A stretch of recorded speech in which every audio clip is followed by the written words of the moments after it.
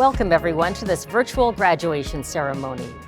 Although a good part of 2020 has looked, well, shall we say, unique, collectively we've drawn on our talents and creativity, not to mention our strength and resilience, to navigate this new and somewhat precarious terrain. As this chapter of your life comes to a close, I invite you to look back. Let's begin with the moment you received your acceptance letter.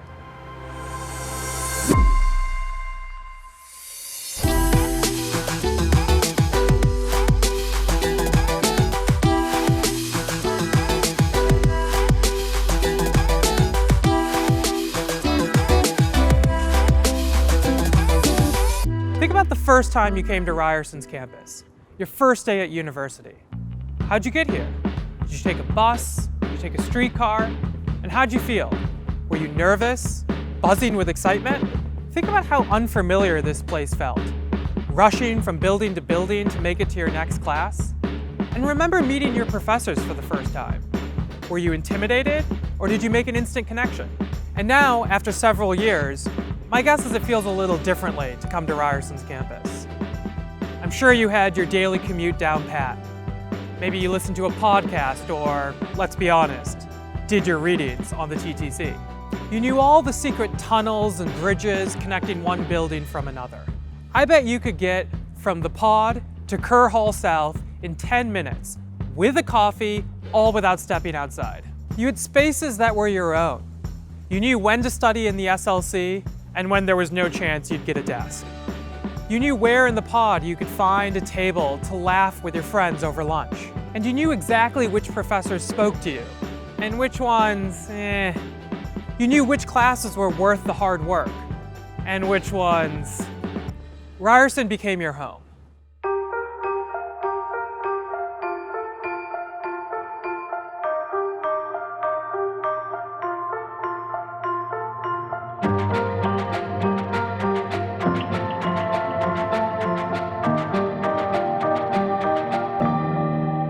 For many of you, the university experience was a new and exciting opportunity to explore the world.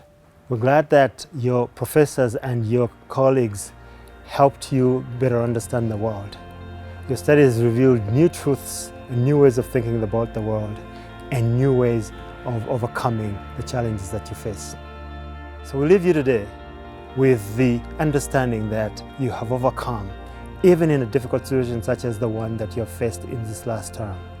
And we're glad and thrilled to know that we have graduated a group of students who will make a major contribution to the world going forward. Oh, hi, Amy. Hello, Grace Edward. How's it going? Not too bad. I'm just finishing off recording this video. Hey, I have something to aid. Oh, okay. So you're welcome to it. I actually have something else to do. Okay, talk to you later. Bye for now. Oh, one of the best things that you may remember from your time at Ryerson is the friendship you made and the relationship you built. I graduated from university 15 years ago. One of my most significant and important relationships I have today can reach back to my university time. Even now, when I have a problem that I come across and can't solve, I call up one of my friends. I think Ryerson is a special place for this. We build families outside our own family. We are going to get through this trying time together with our friend. I hope many years later, when we think back at this moment, it is not the courses you take or the grade you earn, not even the award you win. It would be the people that you remember fondly. Hey, I got something for you. Take a look at this. It may bring a smile to your face or maybe a tear or two to your eye.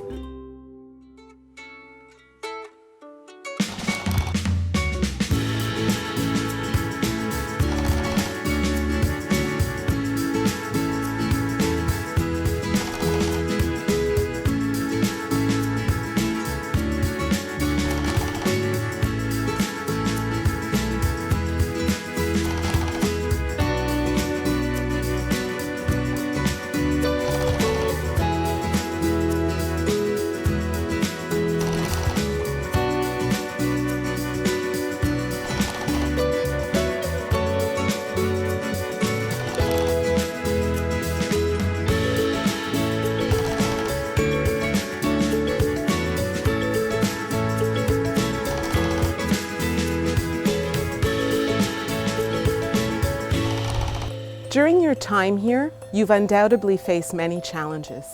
You've probably had doubts about your choice of discipline, future career, faced challenges in terms of work and family balance, physical and mental health, all exacerbated in this pandemic. No journey is linear. Building community, using your critical knowledge and research skills to affect change. Those are the skills you've learned while here. You can and do inspire. Over to you, Craig. Thanks, Melanie. I could not agree more. And I gotta say, I think sometimes it's difficult to see when we are developing these skills or to recognize in ourselves when we go through these moments of personal growth and personal change. And so let me tell you, on behalf of faculty and staff and CUPE instructors here at Ryerson, that we have witnessed this. We have seen your tremendous personal and intellectual growth. And we are so impressed by your dedication and your creativity and your intellectual capacity and the way that you have grown into thinkers and leaders. And so, listen, while we're not all physically together today in silly robes and absurd hats, I hope that you still take some time to reflect on what you have accomplished, because this is no small feat. And I'm certainly not the only one who feels this way. In fact, I want to share with you some messages from other people who have witnessed your growth and want to remind you that you should be incredibly proud. Hi, sociology students. I just wanted to wish you congratulations. Yay, you did it. Hi everyone. On behalf of the Department of Psychology, I want to congratulate all of our students who are graduating this fall. To those of you who are finishing our PhD program and moving on, all the best in your the next chapter in your life, and I hope you'll stay in touch with us. We'll definitely miss you. For those who are returning for the PhD, people who have graduated from our master's program, we can't wait to work with you for another few years and look forward to seeing you once we're all in the same place again. So all the best and congratulations, everyone. Congratulations to our daughter, Megan Summers, on completing your master's. Yay! Congratulations! Yay! Congratulations! Hello, graduates. My name's Carolyn Johns. I'm the Graduate Program Director of the Master of Arts in Public Policy and Administration. Hi, everyone, and my name is Julia McCann, Graduate Program Administrator with the MA in Public Policy and Administration. We just want to congratulate the graduates from our program. We're so proud of your accomplishments, especially during a year of unanticipated adjustments. We wish you all the best in your future career, and we hope you'll stay in touch and join our Alumni Association. Congratulations on earning your degree. Class of 2020 History, congratulations. Quick shout out to you on your special day from the History Department to Mandek, Lexica, Bailey, Hakeem, Iris, and James. You've done well, you survived 2020, or at least so far, and so have we all, and let's hope that one day soon we get to see you in real life back in the History Department. Well done, we're proud of you. Congratulations, Faculty of Arts and Sociology program students. I can't wait to see what you do next. Hello, my name is Bob Murray, Chair of the Philosophy Department, as most of you know. We're terribly sorry we can't have the enjoy the fun of convocation in person. I just wanted to say that you've spent the last few years exercising your reason over some of the most difficult and profound questions, and it's our hope that we've exercised your reason and that'll serve you well wherever you go. And I also want to invite you to stay in touch with the department through your favorite professor. And it's our hope that we have enriched your lives as much as you have enriched ours. And it's short and sweet, but all the best, and take care. Dear students of the graduating class of 2020, my name is Kathleen Kellett, and as Associate Dean Undergraduate Studies, I would like to congratulate you on achieving this important milestone. We in the Faculty of Arts are very proud of you, and so, I'm sure, are your family and your friends who have cheered you on through the challenges of university life. We look forward to seeing you thrive and grow as you move on to the next stage of your personal journey. As poet Mary Oliver once said, what is it you plan to do with your one wild and precious life? A very long time ago, somebody drew an illustration of the Anishinaabeg understanding of the true path of life. The Anishinaabeg are a people to whom I belong, Indigenous people of the Great Lakes. In this illustration, the true path is not linear or straightforward, but it's jagged with double backs and zigzags. A mess, really, unpredictable and uncertain. Maybe the true path of life illustration was just a prophecy of 2020. But perhaps that's why they asked me to offer you some advice, coming from a people who've experienced more unexpected and transformative changes in a short amount of time than, well, few others. So I'll give it a shot. As you graduate from Ryerson, taking time to recognize and honor all the hard work it took to get you here, the path continues on. And whatever direction it goes, I encourage you to try to do 3 things along the way. First, just don't stop. Me, I was never a good student. In fact, I was kicked out of university after my first year because of awful grades. But I got a second chance, I made it through, and I wanted to keep going, get a master's degree. When I asked my instructors for reference letters, my own thesis advisor turned me down, telling me I just wouldn't make it. So I asked somebody else. Trust your gut, take risks, especially if you've experienced being told you're not good enough because of your race, your culture, your gender, or ability. Don't believe them, just don't stop.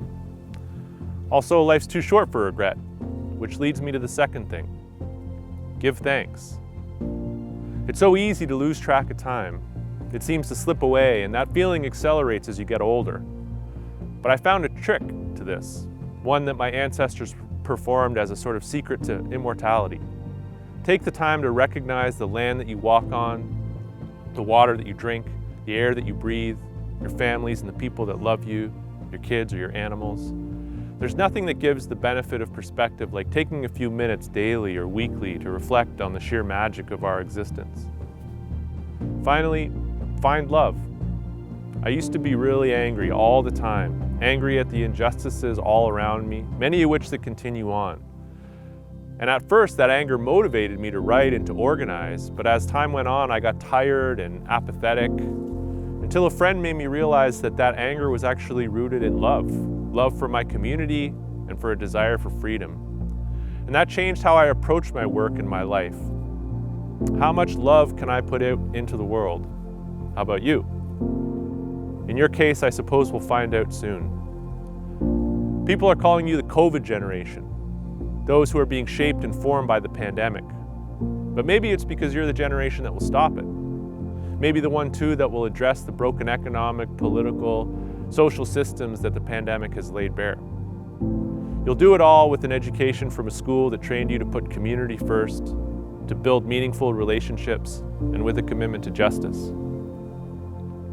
We don't know what's coming next or where the true path will lead us individually or collectively. It may even take us a while to find the path, but I believe it'll be okay. Ahau, miigwech, good luck. Thank you, Hayden, for your inspiring words. As with all memories, your time as a student at Ryerson has no doubt been marked by both challenges and triumphs, moments of despair and worry, moments of hope and joy. Individually and with family, friends, and mentors, you've grown and deepened an understanding of yourself and the world around you. As you move on to the next chapter of your lives, please keep in touch. We want to hear about new and enduring passions, ideas, and plans. Congratulations, class of 2020. Congratulations! Congratulations, Ryerson Arts grads. Congratulations, Arts grads 2020. We're very proud of you. Very proud of you. And can't wait to see the change that you're going to bring to your discipline, your community, and the world.